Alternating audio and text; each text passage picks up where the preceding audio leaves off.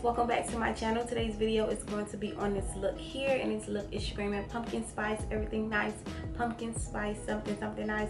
I don't quite know how that saying goes, but because of the orange tones, it reminds me of pumpkins, and pumpkins remind me of that saying. So that's how I got there. You guys get it? You see how I got there?